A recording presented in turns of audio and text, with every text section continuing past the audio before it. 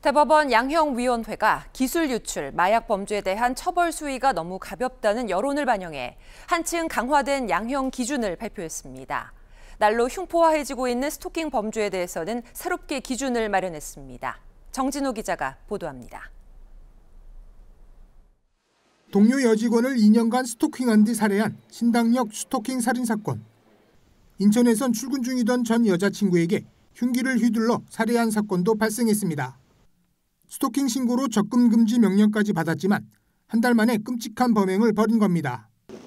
이처럼 살인 등 강력 범죄로 이어질 가능성이 높은 스토킹 범죄에 대해 대법원 양형위원회가 새로운 양형 기준을 마련했습니다. 2021년 스토킹 처벌법이 제정됐지만 대부분 집행유예나 벌금형을 받고 풀려났습니다.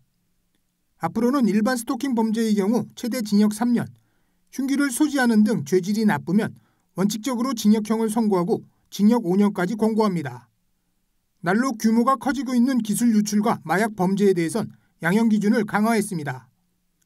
기술 유출 범죄는 반도체 등 국가 핵심 기술 항목을 신설해 국외로 유출할 경우 최대 18년까지 권고하고 일반 산업 기술은 국외 15년, 국내 9년까지 선고 형량 기준을 높였습니다.